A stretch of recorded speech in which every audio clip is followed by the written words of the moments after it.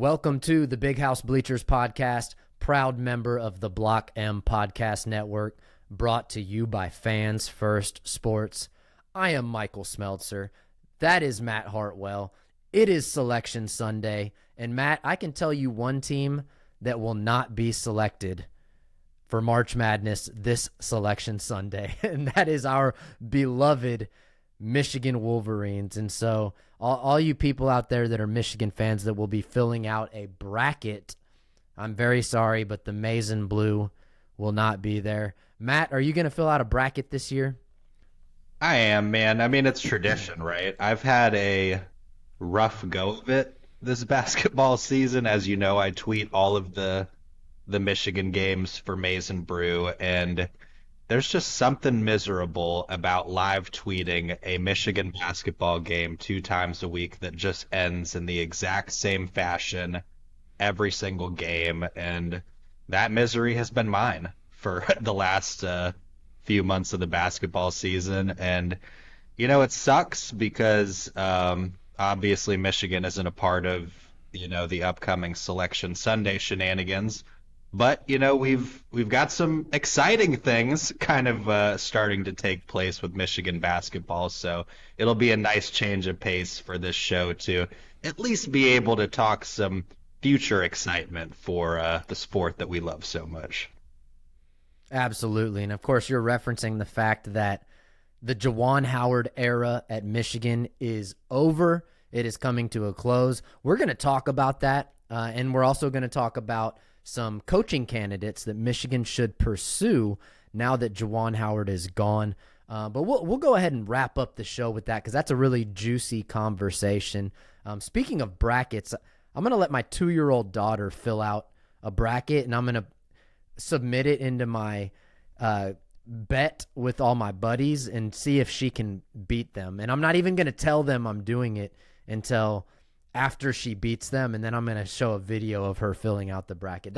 That's just how confident I am that a 2-year-old can do better than my idiot friends. But we'll talk basketball, but let's talk football, man.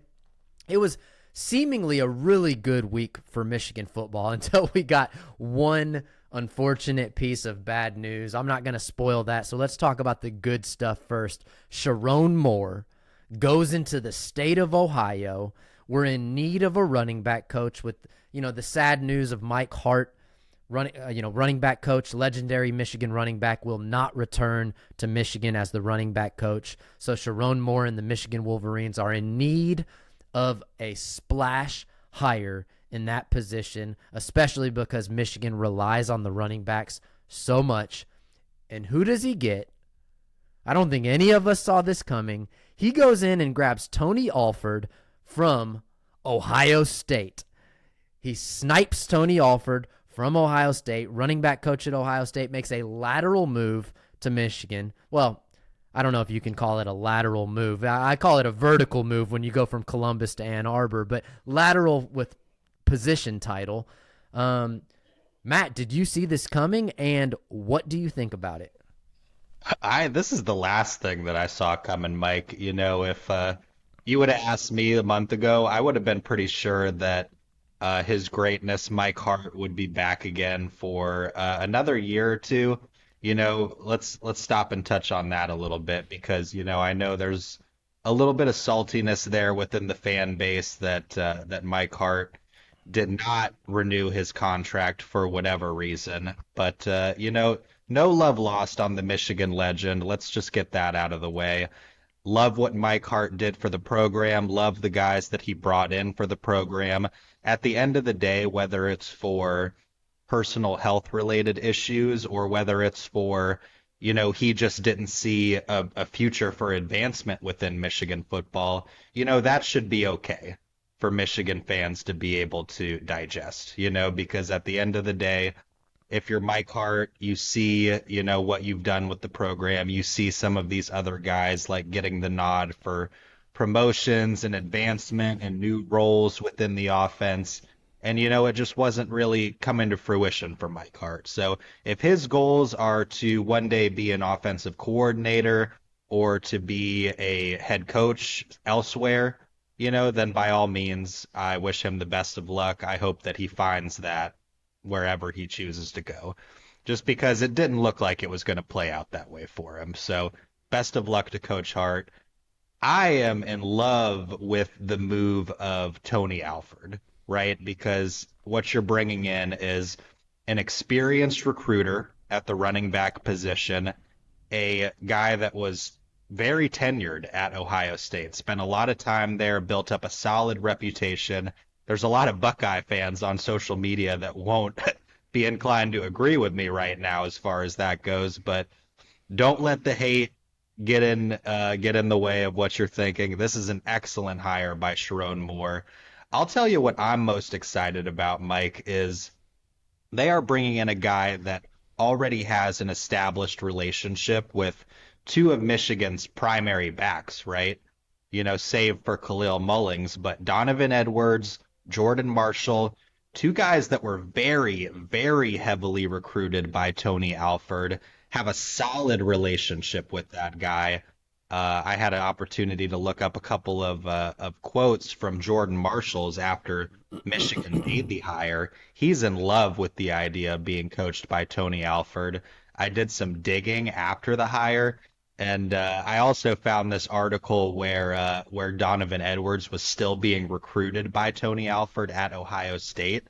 And this is actually funny. You should look it up. It's by 11 Warriors, but 11 Warriors actually published a piece where Tony Alford won some points over with Donovan Edwards during his Ohio State recruitment by telling him that there's no way that he would ever leave Ohio State unless it was for a head coaching opportunity at Colorado State. I don't know if that's his alma mater or what the context was behind that, but um, to see him turn around a few years later to come coach the Maize and Blue, to come coach Donovan Edwards and Jordan Marshall after publishing that piece with 11 Warriors.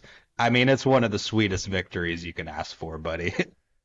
I love it. You can't believe anything any of these coaches say. Well, we all like to believe that our guys are telling the truth and they're never going to leave. It's like bullshit. These coaches will say whatever they need to say when it comes to, what job they're committed to, what they're going to leave for.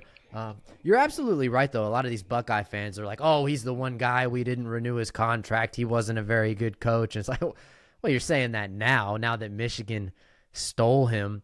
I think he's a great coach. I think it's probably one of the better hires that we could have possibly had in that position. I think it does save a guy like Jordan Marshall, probably Micah Capana as well.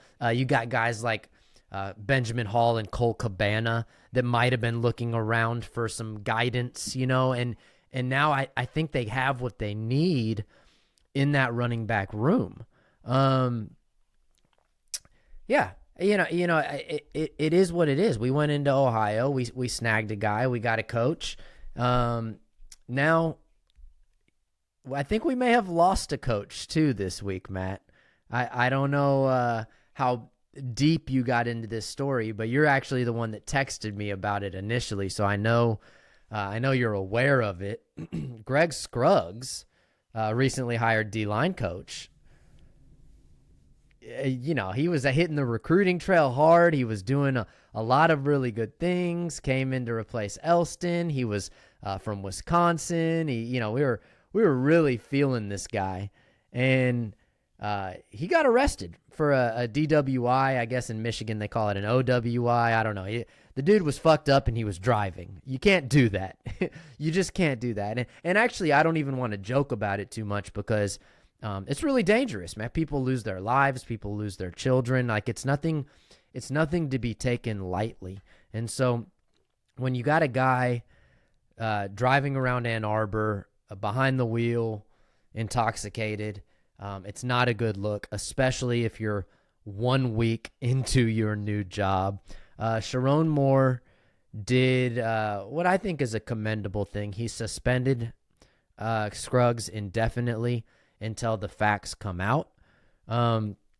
We don't know if that means Scruggs will lose his job or not, but I'm telling you, it doesn't look good.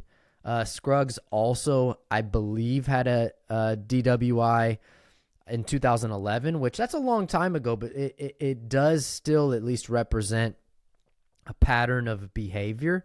And typically, when you see guys doing stuff like this, especially at, I think it was 3 a.m. when he got arrested, you got to be wondering, like, what are you doing drinking and driving at 3 a.m. when you just got hired to be a coach on Michigan staff? And it points to that he may have a problem, right? And I'm no expert on a lot of things, but I am an expert on making stupid decisions and, with drugs and alcohol involved. And so I think we might have a case on our hands where Scruggs could potentially have a problem with substances or with alcohol. We don't know yet, so I don't want to jump to conclusions, but I hope that all of this gets sorted out. It is not what I wanted to be seeing come across the Twitter sphere this week.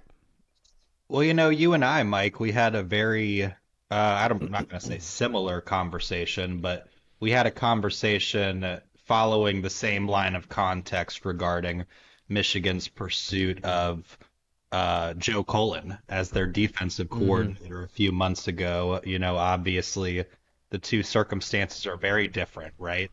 And the difference between those is that, and you touched on this already, is that while Scruggs' previous DUI was back in 2011, kind of the same realm of time that Joe Cullen last got in his little spot of trouble, this latest arrest kind of establishes a period of continuity for Scruggs with problems that as far as that kind of stuff is concerned. And you're right. It's not anything to joke about.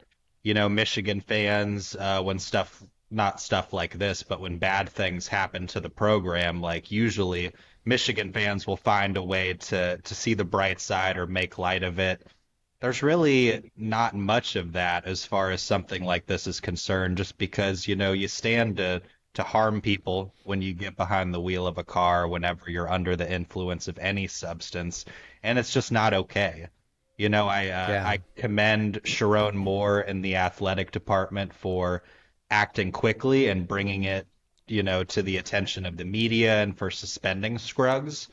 But, there's also like a little bit of unhappiness, and I can only speak for like the Maize and Brew channel. But, there was a lot of people within the faction of Maize and Brew that felt, that Sharon's statement on the matter was like a little iffy, right? It's kind of not making light of it, but, it's very quick to point out that Scruggs realizes that he made a mistake and, that he's not making any excuses and stuff like that. But, I really don't want to hear anything like that at this point. I'm really disappointed that something like this happened. You have this excellent staff that Sherrone Moore has put in place. There's so much positive, friction, like so much stuff happening in the eyes of just the leadership within the football program, just stock going way up. And then you have this guy going out and getting a OWI or DUI or whatever they call it in Michigan. And it just kind of puts a damper on a lot of it. You know what I mean? The defensive line is one of Michigan's strongest, position groups on the entire team. And I just really hope that they're able to come up with a reasonable course of action following these events. Yeah, and the quote that Sherrone Moore came out with that you referenced, I actually have it right here. It says, Greg made an unfortunate mistake and was arrested for operating a vehicle while intoxicated. He made no excuses and has taken accountability for his actions. The football program and athletic department have suspended Greg indefinitely while we review details of the incident. To me, I mean, I don't know how you can really be mad about that statement. That's a pretty good statement. As a matter of fact, I was leaning towards not suspending the guy. And then when Sherrone came out with this statement, I was like, yeah, it started to hit me. I was like, yeah, you can't really have a guy do that, because we mentioned, right, this isn't like getting in an altercation while drunk at a basketball game or something, right? It's like, okay, so you're an idiot, you got hot-headed, you tried to fight somebody. Like, that's dumb. Drinking and driving, I mean, Matt, you and I have kids. We have young kids, and it's like that's how people lose their kids. Like, this is, it's not, and or adults or family members or whoever, right? Like, it is not something to be taken lightly. So I'm glad that he was suspended. But on the flip side of that, I don't think this makes Scruggs a bad dude, right? Like, there were thousands of people drinking and driving that night that didn't get arrested, and not all of them are bad people. It's a part of our society. It's something we need to address, and it's very easy to leave a bar or a restaurant having one too many and then driving around. Now, I think when we see what his blood alcohol level is, like, I haven't read the reports yet, but that'll tell us a lot about what was going on. If he's sitting at like a 0.09, then we're like, oh, he had like 3 drinks and maybe didn't even realize how tipsy he was. But if he's sitting there like just obliterated driving around town, we have a different situation on our hands. And so I think Sherrone Moore made the right move. I think they're gonna wait and see exactly what happens. You mentioned the D-line. The D-line is the strongest position group on Michigan's team. I think I don't even think that's debatable. I think the D-line going into next year is by far the strongest position group on the team. So the positive side of that is it's the one position group that can probably handle a little bit of turmoil like this.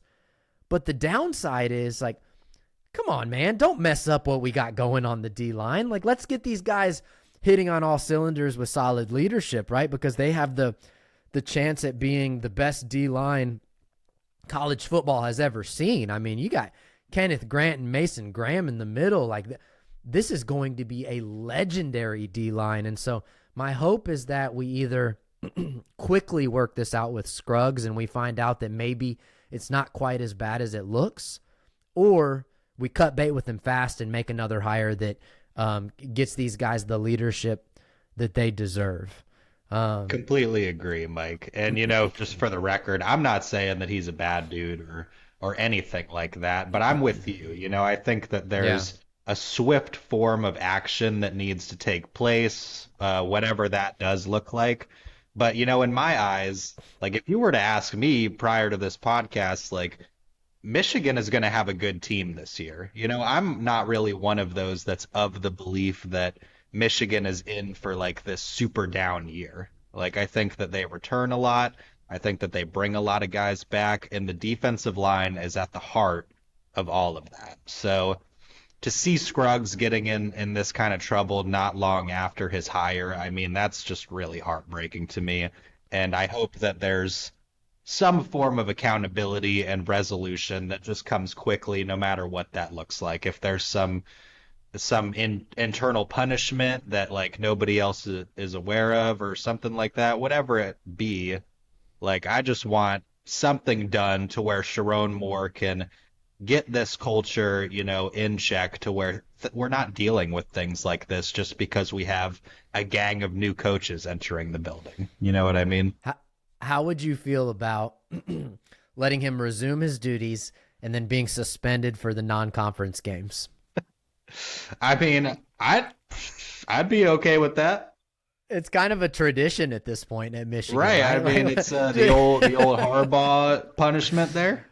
Yeah, I mean, don't forget Sherrone Moore was suspended for a game last year. Man, I don't know, and then of course we still got the NCAA stuff kind of looming. They're going to try to do something, but they've had, they've been castrated by these other lawsuits. And so that's a different conversation for a different day. Let's talk a little bit about basketball. It was the most abysmal season Michigan basketball has ever seen. A nice little gut punch earlier in the week. Jon Sanderson, strength and conditioning coach, hired by Illinois. And it's like, okay, like, we knew he was going to go somewhere. It's like, it hurts that it was Illinois because he's such a strong strength and conditioning coach. And then my whole thing is later in the week, Juwan Howard got fired. And I'm sitting there thinking, like, come on, man, you guys messed up the order of this whole situation. So do you think that Jon Sanderson would have stayed had Ward Manuel fired Juwan Howard earlier in the season? I think the answer to that is yes. I think it's absolutely yes. I think Sanderson left because of Howard. So now here we are. We hung on to Howard too long. We lost Jon Sanderson. And now he is coaching for one of our biggest basketball rivals. It sucks, right? I mean, you have Yeah. you have this well-established, very reputable strength and conditioning coach in Jon Sanderson just make this immediate move after, leaving the Michigan basketball program over to another Big Ten school.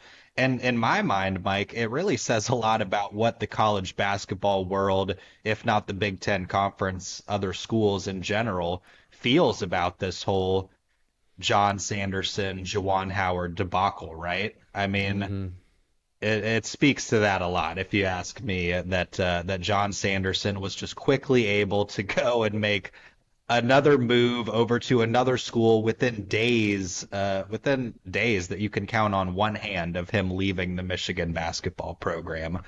A guy that was well rooted within the John Beilein era, a very reputable strength and conditioning coach within the college basketball world. I don't even know if he's going to Illinois to be a strength and conditioning coach. I think he's just coming on in like a consultant or analyst type role for the Fighting Illini or something like that, which again, speaks to his credibility in the college basketball landscape. So I think we lost, a really good guy in Sanderson for what, you've already touched on is kind of a pointless scenario, and Juwan Howard being fired just days later, right? Sanderson was somebody that they held on to through the whole Beeline debacle, through the hiring of Howard, was retained into Howard's time at Michigan. So it's just a huge bummer to me. And, hopefully we can bring in somebody to kind of right this ship and get Michigan basketball to a point where they're not the laughing stock of the sport anymore. Something else that people are not talking about very much is that Jon Sanderson's son is a high-profile recruit. People didn't realize that. And he undoubtedly would have come to Ann Arbor in a couple of years. I think he's a class of 25 or 26. He's a high-profile recruit. I think he might be a 4-star. Don't quote me on that. I haven't looked him up in a while. But so not only do we lose Jon Sanderson, but we lose this potential recruit. Speaking of recruits, Connie Ruths updated his status after the firing of Juwan Howard, and he said, "I need to see who the new head coach will be, the players that are leaving, staying, who I'll be there with." And so I think that's the general sentiment right now among current players and committed players. It's just they got to wait and see. And I would say that we see 60% of our scholarship players transfer. That's what I think. I don't know who, I don't know how, I don't know what.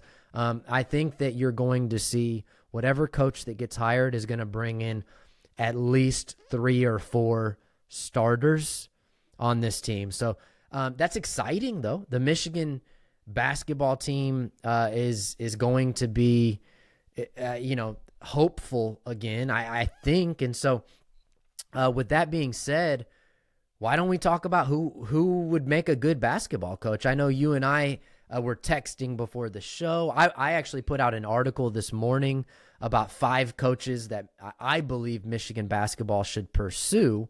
And so we might have some overlap here. You and I both prepared 5 coaches that we think Michigan should pursue. I'm going to let you go first, Matt. We'll go back and forth, though, and just talk about some names. We can just spitball some names. I got a couple extra names that I'll bring up at the end just that are kind of interesting. And we can talk about, are they, ideal candidates but not very realistic? Are they up-and-coming coaches that would be awesome? Are they proven veterans that we might not have a shot at landing, but we should go make them say no anyway? So let's have that conversation. So who's your first coach you believe Michigan should pursue? Yeah, it's funny, Mike, because as I'm looking through my list here, like most of these guys have some type of tie to a Florida school, which I'm from Florida, but Yeah. these are a lot of the guys that have been catching my attention that have been mentioned within, the media and the coaching search speculation so far. The guy at the top of my list, and I think that this guy might be at the top of yours as well, is Dusty May out of Florida Atlantic.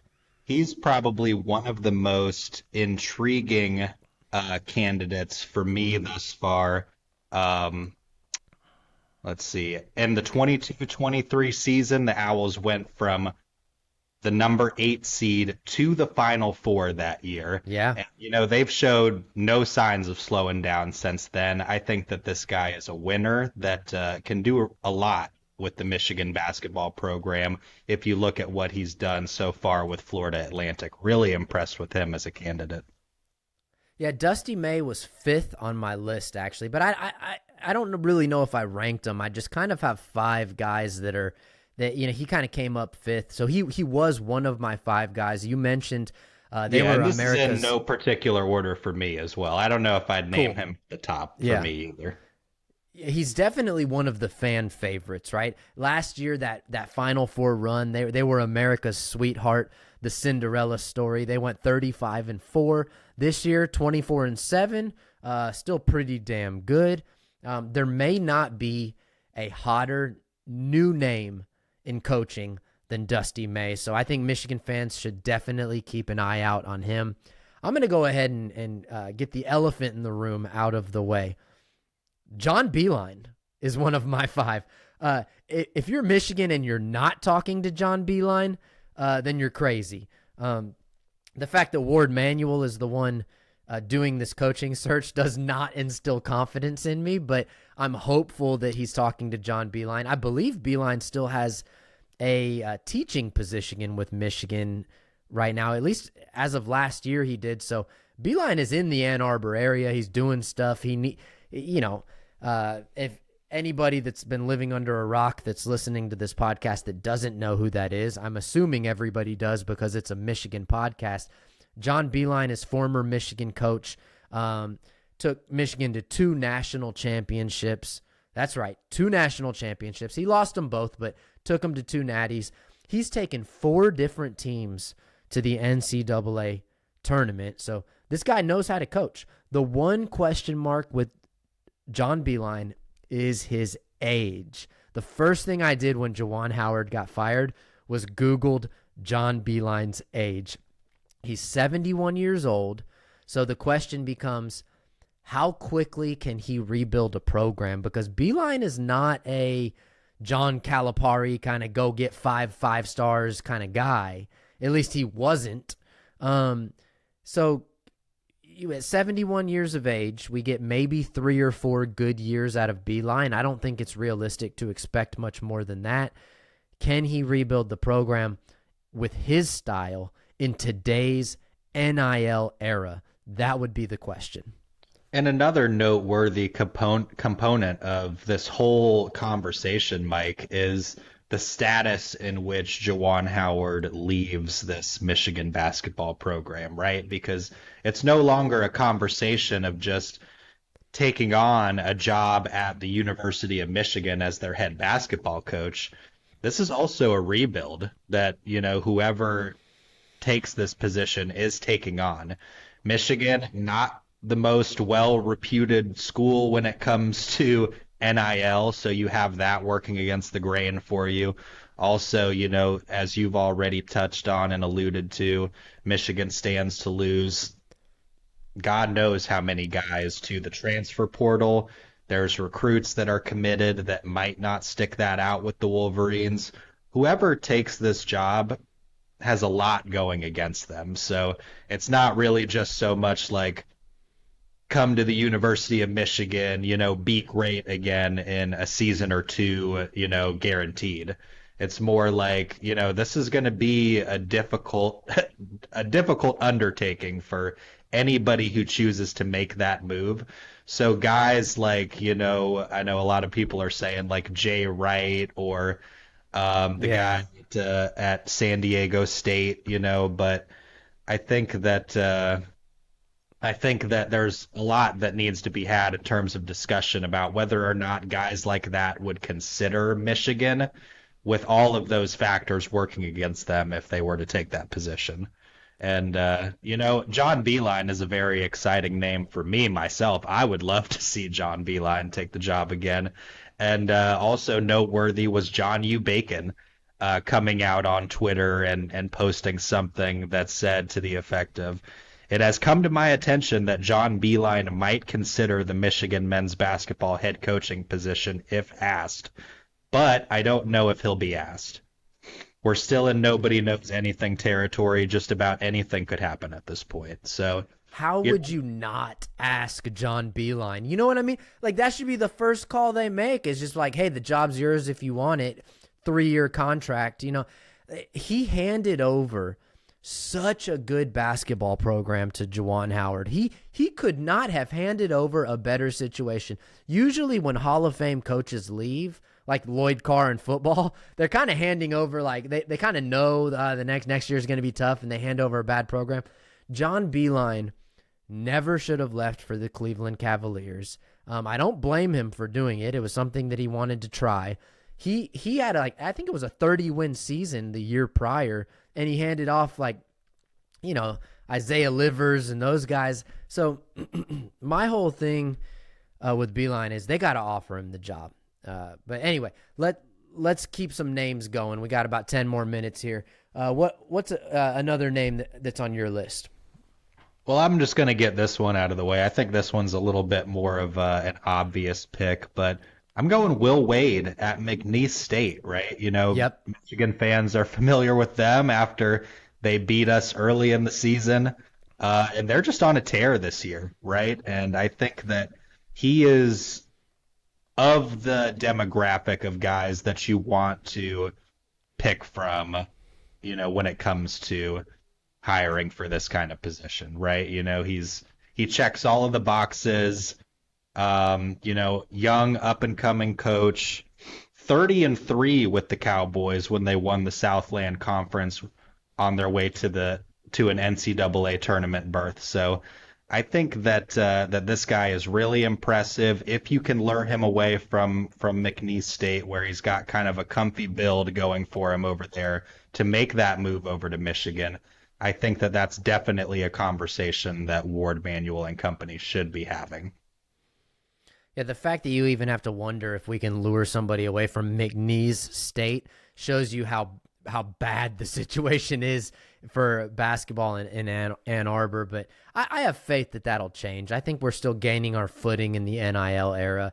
The thing I like about Will Wade, who was also on my list, by the way, the thing I like about him is McNeese State is currently number 4 in the nation in scoring defense.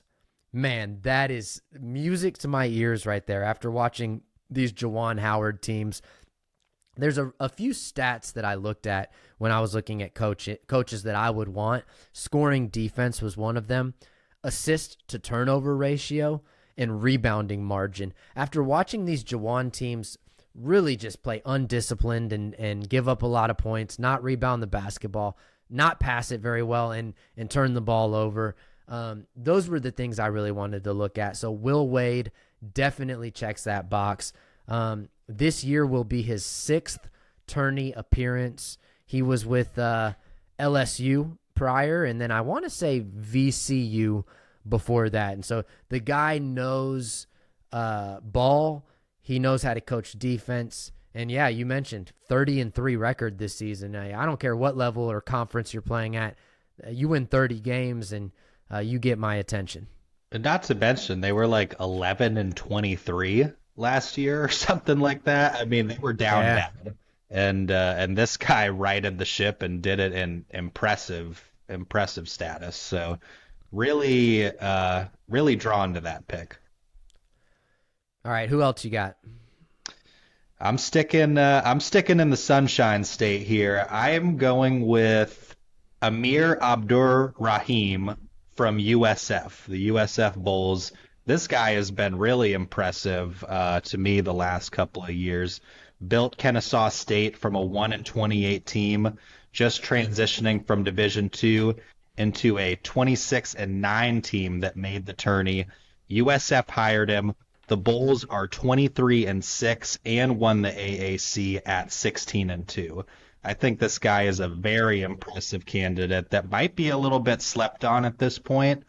Does have a little bit of a knock against him for his time with Kansas State, but I don't really like put too much of that on him. He was just getting going in his coaching career, but I think that this is another guy that might be flying a little bit under the radar that could be a great option for Michigan to look at. I have seen his name floating around a little bit, but I will admit I don't know anything about this guy. Zero, nothing. So I'm not gonna pretend like I do. There's only so much basketball you can watch, especially when you're a Michigan fan and it's been a down year. And That's why I kind of stuck to a lot of these Florida guys, just because I watch a lot of college basketball here in Florida, and some of these guys are young, impressive basketball minds, and I wouldn't be surprised for Michigan to target some of these names down here. Yeah, especially FAU. I mean, the Dusty May guy for sure. But I'll look into what's his name, Amir Abdur Rahim. Abdur Rahim. I keep wanting to say Muhammad Ali Abdur Rahman when I see I know, that. me too.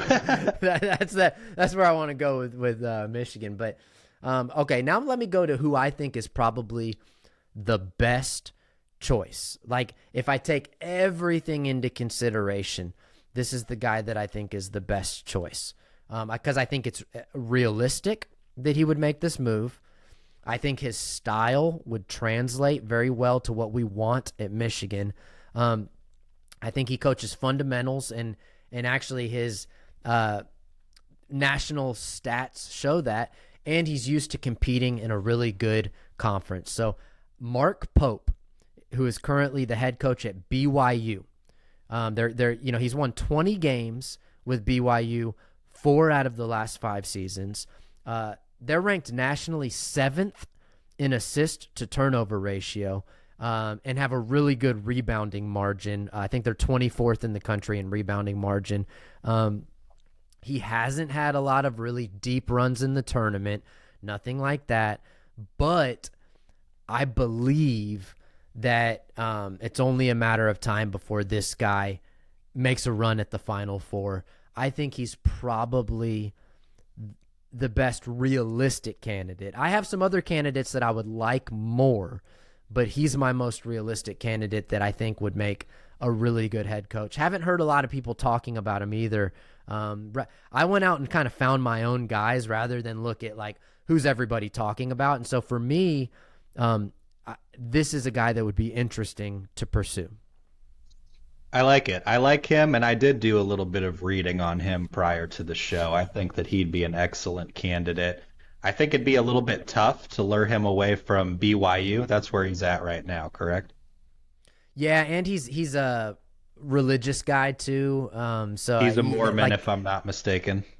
I think so. And so it's like that gets that was my one thing that I'm like, I don't know enough about that, right? Like, is that just like his forever home because of his religion? Like, I don't know. Yeah. Yeah, no, agreed. I'm going to go a little bit more off grid here. I'm going with Anthony Grant over at Dayton. This guy's been really impressive to me. Also stemming from the Florida olive tree here. He was a 10-year assistant under Billy Donovan. Let's see. I just made some notes here. Was a valuable commodity as a head coach with his stint at Dayton. The last 7 seasons, he went 148 with 71 losses, right? So he's got the record to back him up. He was also the architect of a Flyers team in Dayton in 2019 to 2020 that went 29-2 and was poised to make a deep run in that tournament prior to the whole thing getting scrapped because of COVID. So that's another impressive mark against him or with him. And he also had a winning record at VCU of 76-25, and Alabama 100, where he went 117 and 85 prior to his days at Dayton. So this guy's got a really good track record, another real under the radar candidate that, success has just continued to follow him in all of his years as an assistant as well as a head coach. So I think that, this is kind of the area that Michigan needs to be looking at. Maybe not so much of a mainstream home run hire like Shaka Smart or, something like that. I think that there's a lot of these guys that Michigan could really stand to scoop up on if they kind of just do a little bit of digging and make the right choice. Yeah, I actually don't think that Shaka Smart is a home run hire. I had him on my list and just decided to remove him. Shaka Smart has been blessed with a lot of really good opportunities to do amazing things and hasn't really done them, actually. I mean, so he's a good coach. I mean, he's been on the precipice of doing great things, but I really like that pick there, the Dayton coach that you just mentioned. The last guy I want to mention, well, I'm going to bring up a few more names, but the last guy that's on my list here, this is my dark horse candidate. I haven't heard anybody talk about this guy, but I think he would be a good pick. His name is Danny Sprinkle. He is the head coach at Utah State. He's a rising star in the coaching ranks and will end up being a big name. Utah State is currently 27-6 and is poised to make a tourney run. And most importantly, you got to be tough with a name like Sprinkle. You know what I mean? Like you don't grow up with a name like Sprinkle and not turn into a tough son of a bitch. So I'm all for it. Ward, go out there, interview Danny Sprinkle. I feel like there's lots of Sprinkle memes and joke opportunities that we could have for years to come. And he's a damn good coach. He is proving to be a damn good coach. And I think if we don't go after him, somebody will. That's a name we're going to be hearing about for years to come. For my last one, Mike, I'm going to go with, for the purpose of similarity, Nico Medved over at Colorado State. Yeah. And this is a guy that's already been mentioned by a few of the Michigan reporting outlets as a possible candidate. I'll tell you what really draws me to him, and that's his ability to recover from the exact type of situation that he would be taking over in with Michigan. If you remember, when he got the job at Colorado State, he took over for Larry Eustachy, who left a giant hole in that program, immediately improved that CSU team from 224th in Eustachy's last year to 180th, 99th, 76th, and then 46th in 2022. You know what I mean? Which is impressive for a program like Colorado State. So if you look at the similarities between the state of Michigan basketball right now with just this giant hole in it, with possibly even more on the way, following the off season and whatever happens there, I think that this is the guy with the type of proven success that Michigan would want to look at to dig themselves out of a hole like that. That's really the main hang up for me, Mike, is I think any of these guys could coach a great basketball team at Michigan, any of these guys that we're talking about, but can they recover from what's been done to Michigan so far? Because Michigan basketball is in a down bad state right now with probably more bad on the way over the course of the offseason. Yeah. So whoever takes this job has got to be prepared to do some digging, right? I'll tell you before I move on, my one last dark horse candidate, and that would be Medved's successor, and that's Darian DeVries over at Drake, right? He took over for Medved after Medved's single season at Drake, and after a couple of okay to good years, he's really done a great job with that program. I don't know how much anyone pays attention to Drake, but they've been a force since he's taken over. A little bit more of a smaller sample size to look at when you're looking at DeVries. But again, I think another great young hire that would do really well with Michigan in the current situation that they're in right now. Yeah, a couple really good names there. A few other names to consider as we wrap up. You mentioned San Diego State. Brian Dutcher he's a Michigan guy. Yep. His time goes all the way back to the Fab Five. He had a really good run last year. He's a very popular guy.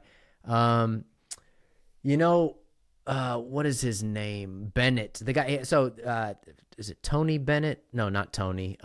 Randy Bennett. So there is a Tony Bennett. That's not the coach I'm talking about. Tony Bennett is somebody that people have brought up.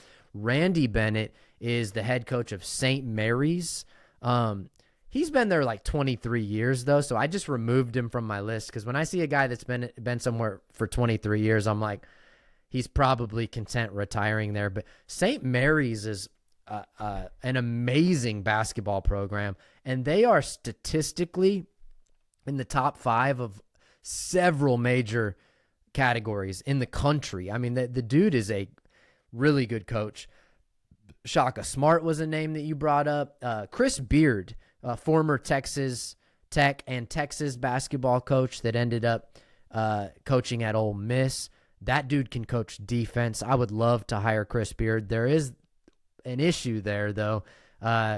He left Texas because of a domestic violence situation, and so it's like, and all the charges were dropped, but also it just doesn't look good. So I left him off my list. The Wisconsin head coach before you can even count to 5. Yeah. It's like, I don't know if I want to touch that. We'll go ahead and it's like that Homer Simpson meme when he just backs into the bushes, right? I'm just like, all right, we're not gonna do that necessarily, but I think of all the names that we named here today, there's still a pretty good chance that we didn't even name the guy that gets the job. Like, that's how wide open this thing is. And so it's exciting. I kind of love a good coach search because it's just kind of an exciting situation. In football, we all knew it was going to be Sherrone. I don't know if you follow Boat Shoes Woodson on Twitter, but he was saying we should go get Tommy Amaker. I was like, that would be the most Ward Manual ass thing to do. Go hire Tommy Amaker, who, by the way, is a great coach. But can you imagine the pain and suffering of Michigan fans if we went and hired Amaker, who missed 10 straight tournaments with Michigan a couple decades ago? That would certainly be an interesting hire. Probably not too far off of, granted, Juwan's first couple years with Michigan went well, but, I don't think that any Michigan fans are out there clamoring for another unproven hire at this point, but it certainly would be interesting to watch that happen. Get one of these young guys that's been a head coach for a couple of years that's winning 25, 30 games in a smaller conference and just move them up.